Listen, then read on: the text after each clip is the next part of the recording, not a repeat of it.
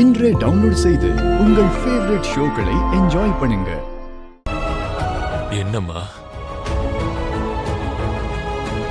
என் அம்மாவை உங்களுக்குள்ள பாக்குறேன். நீங்க ஆசீர்வதிச்சா அந்த தாய் என்ன ஆசீர்வதிச்ச மாதிரி என்ன ஆசீர்வாதம் பண்ணுங்க அங்கிள்.